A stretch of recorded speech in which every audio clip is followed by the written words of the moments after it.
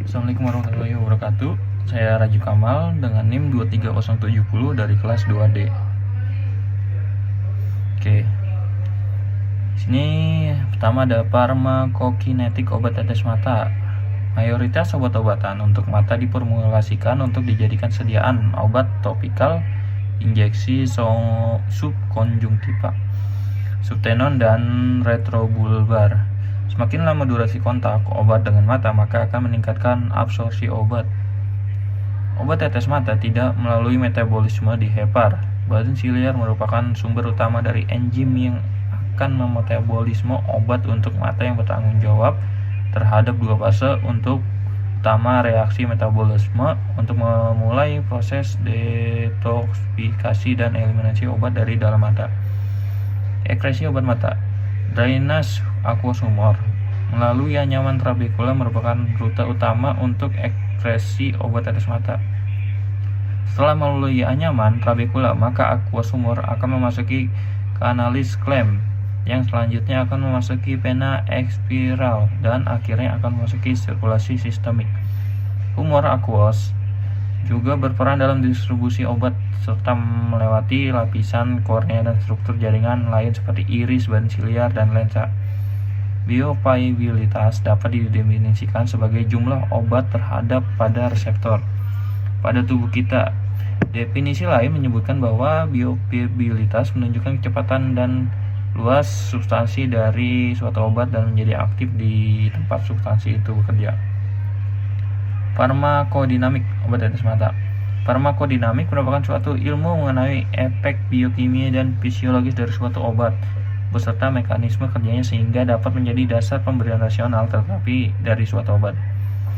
Farmakodinamik juga mencakup proses-proses yang terjadi dalam sel setelah substansi akibat dari obat berkaitan dengan reseptor di jaringan. Mekanisme kerja steroid topikal.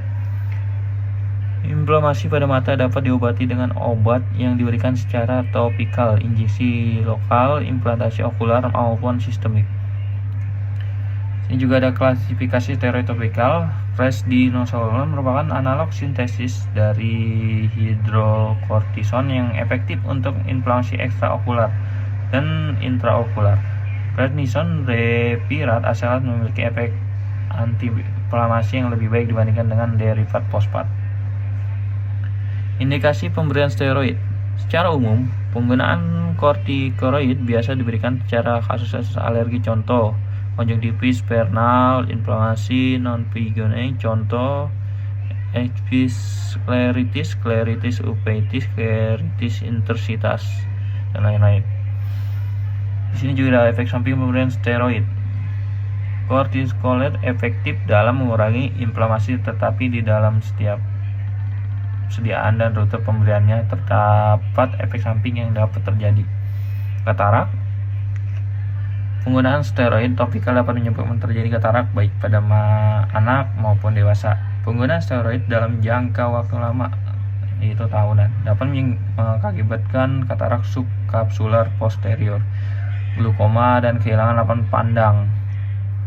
Ini juga ada hipertensi okular.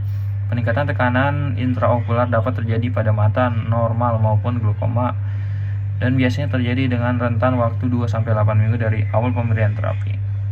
Efek peningkatan tekanan dapat menurunkan kapasitas aliran humor aqueous bersifat reversibel dan dapat kembali ke keadaan semula dalam waktu 1-3 minggu setelah penggunaan steroid dihentikan. Juga dia infeksi. Steroid dapat menyebabkan penurunan proses pertahanan tubuh terhadap infeksi, sehingga penggunaannya dapat meningkatkan resiko terkena infeksi bakteri, virus, dan jamur. Penggunaan steroid pada infeksi mata memerlukan perhatian khusus agar tidak mengganggu proses perbaikan apabila penggunaan antibiotik tepat diberikan dalam waktu singkat.